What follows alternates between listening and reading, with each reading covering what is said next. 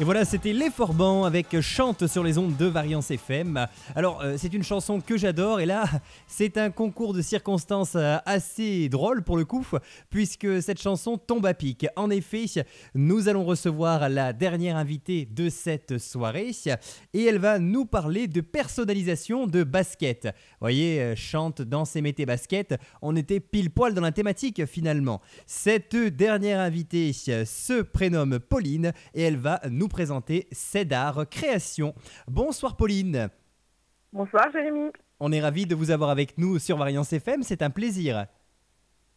Plaisir partagé, merci de nous recevoir une nouvelle fois sur les ondes de Variance FM. Et oui, parce que vous avez déjà eu le plaisir d'intervenir ici, c'était il y a fort longtemps maintenant, c'était il y a un peu plus de 2 ans et demi, mais en tout cas, on est ravis de pouvoir refaire parler de vos créations. Alors comme je le disais, vous êtes donc spécialisé dans la personnalisation de baskets. Évidemment, on va développer tout ça au cours de l'interview, mais pour commencer, pourquoi avez-vous choisi de customiser des baskets ?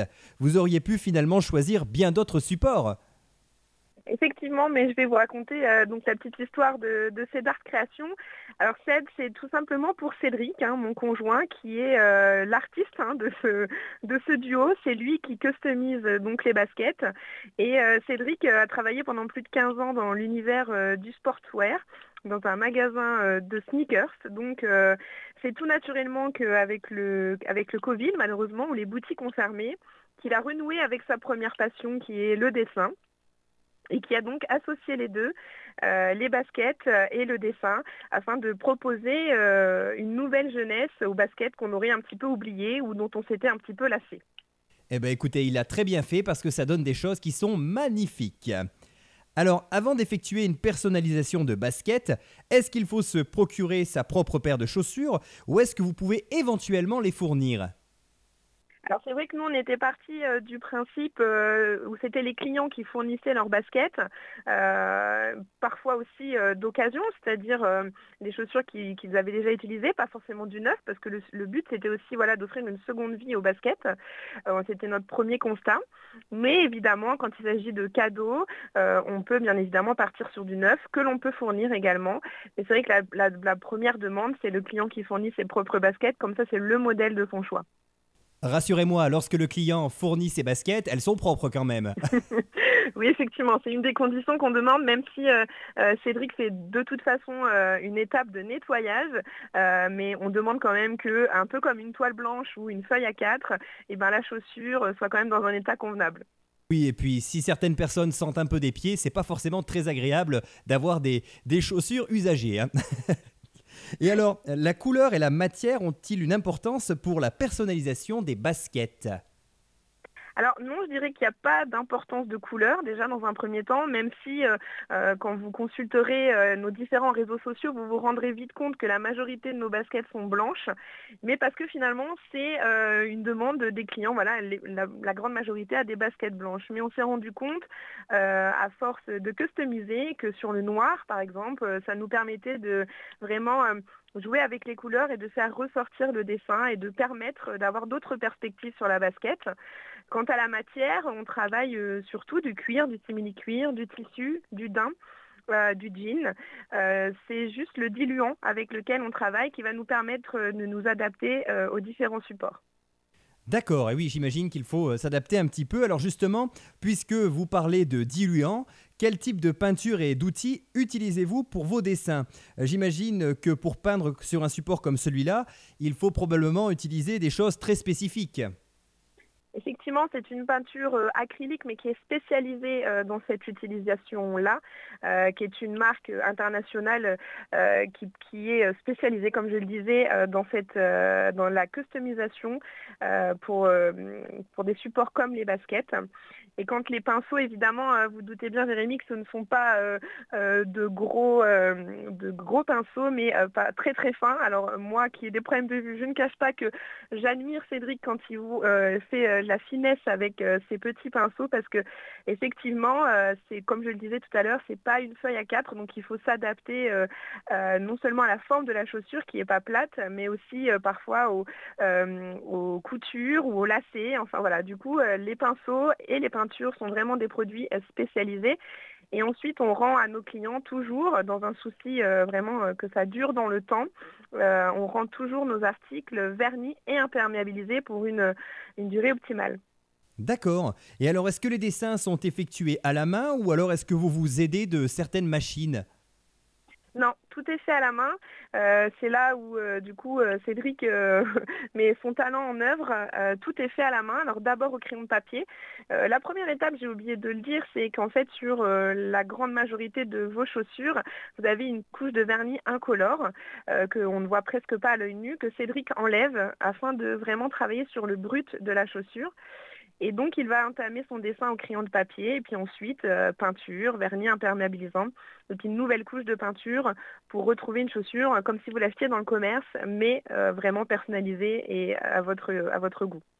Et alors, est-ce que la basket est entièrement peinte ou alors est-ce que vous personnalisez celle-ci uniquement en partie?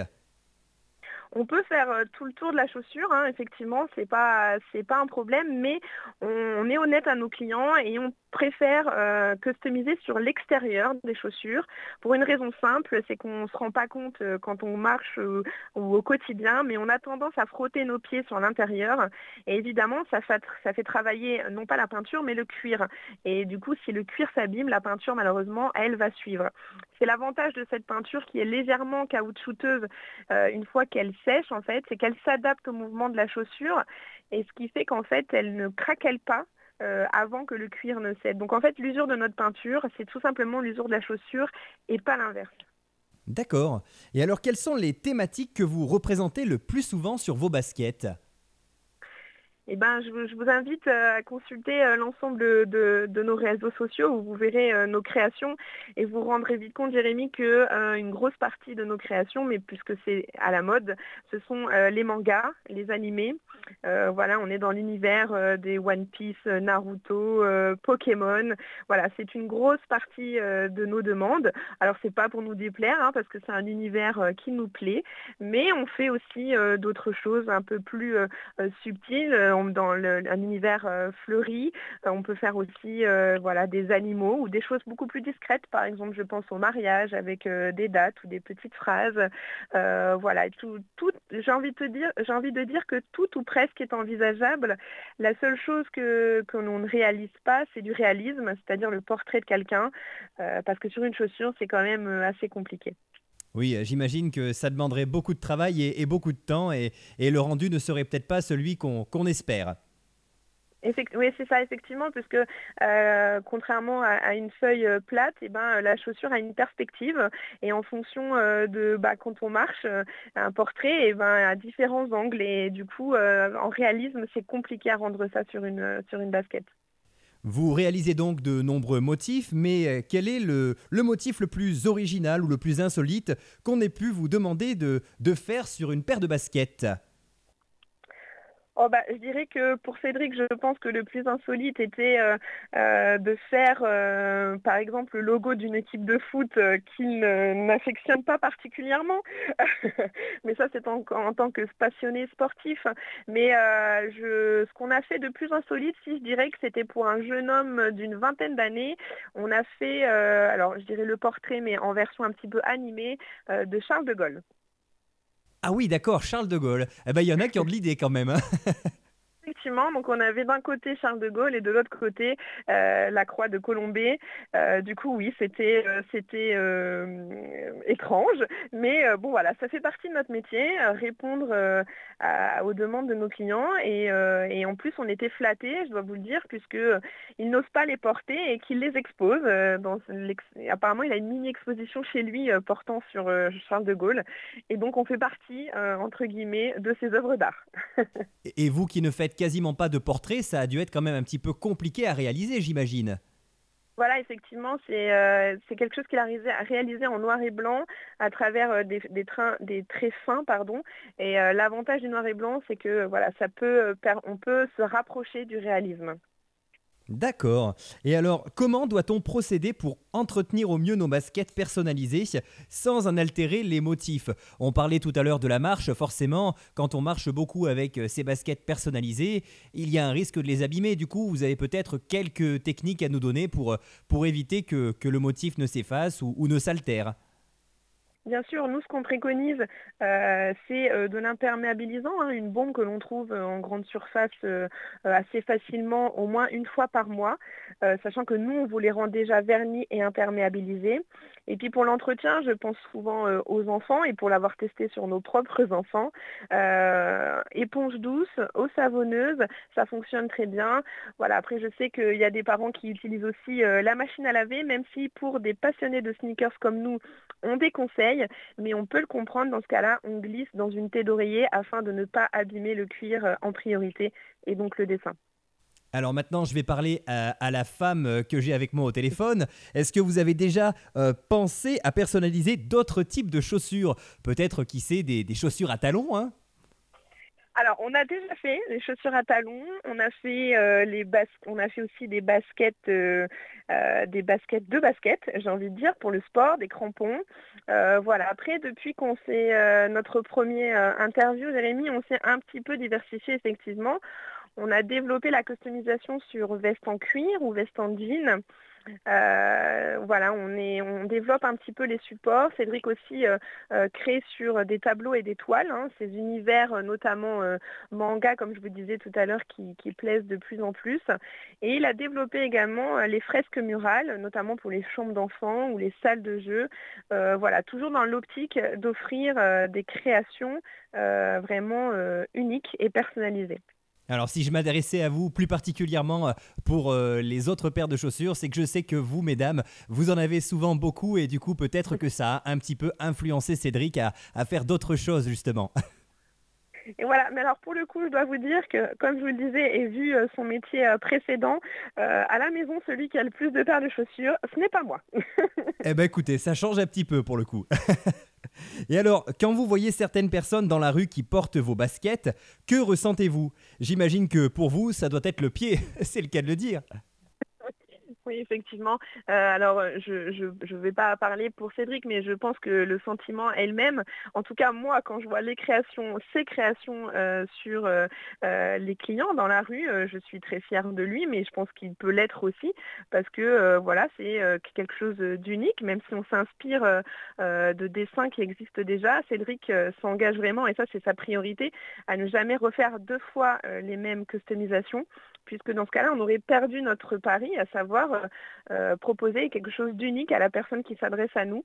Et donc, on est très heureux quand les gens portent nos créations. Ça, c'est vraiment, je pense, la plus belle des reconnaissances. Alors, on ne verra jamais deux créations identiques alors? Non. On ne fait jamais deux fois la même création, même si on peut s'inspirer. Il est évident que des fois les gens nous disent, bah voilà, on a vu ça, vous avez créé ça, on voudrait la même chose. Très bien, on s'en inspire, mais on va utiliser d'autres couleurs, on va mettre en scène les personnages d'une autre manière, afin que vraiment elles soient uniques pour la personne qui nous la demande et pour pas que vous retrouviez les mêmes dans la rue, justement. Eh ben ça c'est chouette, au moins chacun aura sa propre paire de baskets, ça c'est top. Eh ben écoutez, Pauline, on vous remercie infiniment d'avoir été avec nous. Avant de vous laisser, j'ai une ultime question à vous poser. C'est la question que je pose à toutes les personnes qui interviennent ici sur cette antenne. Où peut-on vous retrouver? Est-ce que vous avez éventuellement une page Facebook, un site internet et peut-être même des lieux dans lesquels on pourrait venir vous rencontrer pour échanger sur un projet? Oui, effectivement. Eh ben, vous pouvez nous retrouver sur tous les réseaux sociaux, sur Instagram principalement où on publie toutes nos créations quasiment quotidiennement, mais aussi sur notre site internet où vous pourrez voir une nouveauté de cette année. Ce sont les ateliers avec un public divers, hein, autant les enfants que les adultes, que nous avons mis en place. Et le prochain se déroulera d'ailleurs pendant la deuxième semaine des vacances d'avril à notre atelier à Clermont-Ferrand. Voilà, l'objectif c'est vraiment de développer avec les personnes le développement de cette pensée un peu créative et de communiquer autrement. Donc voilà, les ateliers, c'est vraiment quelque chose que l'on souhaite développer et qui semble fonctionner pour le moment. Voilà. Donc pour les prochaines vacances d'avril, vous retrouverez toutes ces informations sur notre site internet cedartcreation.fr, création donc au pluriel. Et puis vous nous retrouverez très prochainement avec l'arrivée des beaux jours, je pense, dans les expositions locales. Voilà. Et puis à la rentrée de septembre, nous serons par exemple à Gerza ou encore aux artisanales d'Aubière, la foire aux Pancettes, et puis ensuite ensuite, bien évidemment, sur tous les marchés de Noël. Mais voilà, n'hésitez pas on est assez réactifs sur les réseaux sociaux. N'hésitez pas à prendre contact avec nous par diverses manières et nous serions ravis de répondre à votre projet et de vous proposer quelque chose d'unique et de personnalisé. Et avant de vous laisser, est-ce que vous avez peut-être une exclusivité pour nous, une nouveauté qui va arriver peut-être ? On est en train de développer, on a développé des partenariats avec des grandes enseignes nationales là il y a quelques temps et de petites entreprises locales qui nous ont fait confiance. Et effectivement, Jérémy, très prochainement, une entreprise avec qui on développe non seulement un nouveau support, donc pas des baskets, et un nouveau thème. Voilà, j'en dis pas plus, mais ce sera axé sur le sport et un sport que l'on aime beaucoup en Auvergne. Je pense que c'est le rugby, mais je ne vais pas dire de bêtises pour le moment. Il faudra suivre effectivement la page Facebook, le site internet et puis évidemment venir vous rencontrer peut-être à Clermont-Ferrand pour ceux qui le souhaitent. En tout cas, merci beaucoup d'avoir été avec nous ce soir. On a appris plein de choses grâce à vous et surtout, j'ai envie de dire bravo pour ce que vous faites et félicitations parce que si vos projets s'exportent partout en France, on pourra dire que les talents auvergnats arrivent à traverser toute la France. Ça, c'est chouette. Effectivement, ça nous fait plaisir. C'est pour nous une belle marque de confiance. Merci à vous d'avoir passé ce petit moment à nos côtés sur les ondes. On vous souhaite une belle réussite pour la suite. Et puis évidemment, on vous retrouve très bientôt, on l'espère, sur notre antenne pour une prochaine interview.